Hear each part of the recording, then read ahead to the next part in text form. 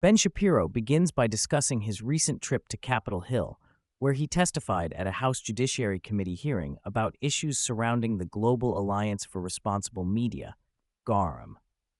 GARM is described as a consortium controlling 90% of the advertising market, setting standards for what can be advertised on various platforms.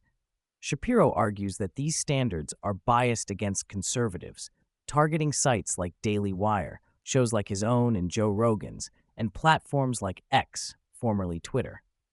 He presents this as part of a larger trust crisis in media, where legacy media has lost credibility due to perceived bias and inaccurate reporting, particularly regarding President Biden's mental fitness.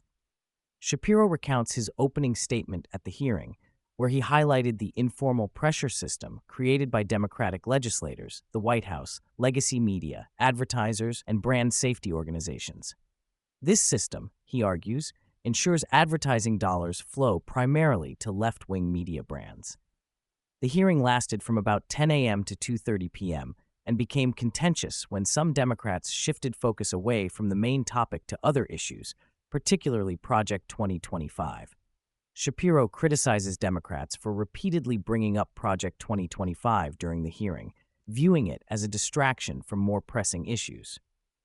He notes that this project, which he admits to not having read in detail, has become a focal point for Democrats attempting to shift attention away from concerns about President Biden's fitness for office. Shapiro engages in a heated exchange with Representative Eric Swalwell, who questions him about various aspects of Project 2025, including immigration policy, abortion, same-sex marriage, and Social Security. The podcast then shifts to discussing President Biden's recent performances at NATO and other public events. Shapiro plays clips of Biden stumbling over words and appearing confused, using these as evidence of declining mental acuity. He also mentions a fundraiser hosted by George Clooney, where Obama had to guide Biden off stage, suggesting this as further proof of Biden's diminished capacity. Shapiro then delves into the growing concerns within the Democratic Party about Biden's ability to win the 2024 election. He cites George Clooney's New York Times op-ed calling for Biden to step aside, as well as similar sentiments expressed by other prominent Democrats and media figures.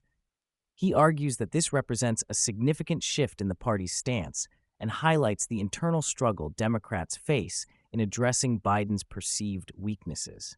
Shapiro discusses the prisoner's dilemma facing Democratic leadership, where many want Biden to step aside but are hesitant to be the first to openly call for it.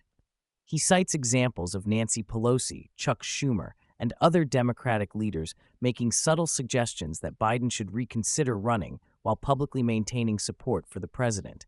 He characterizes this as a lack of courage and a fear of political backlash. The podcast presents recent polling data showing Trump leading Biden in key battleground states and even competitive in traditionally Democratic strongholds like New York.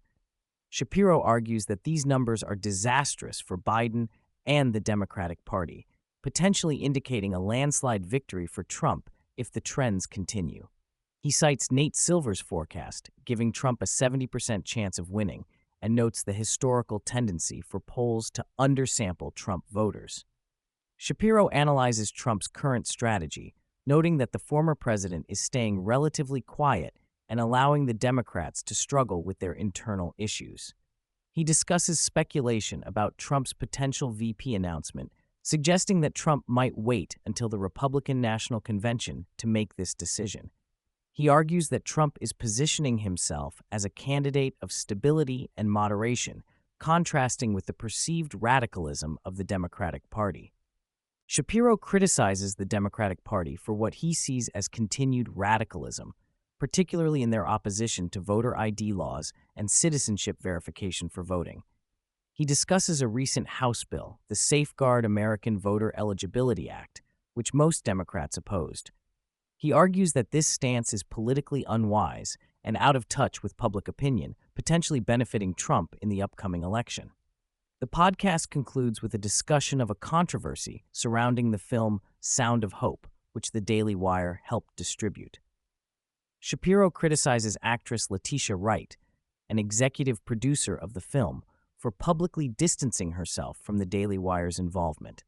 He argues that this incident exemplifies the left's intolerance in the cultural arena, even on issues where there should be bipartisan agreement, such as improving the foster care system.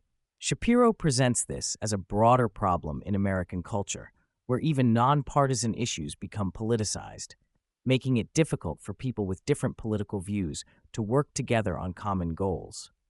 He expresses disappointment that such division exists even on issues like helping foster children, which he believes should transcend political differences.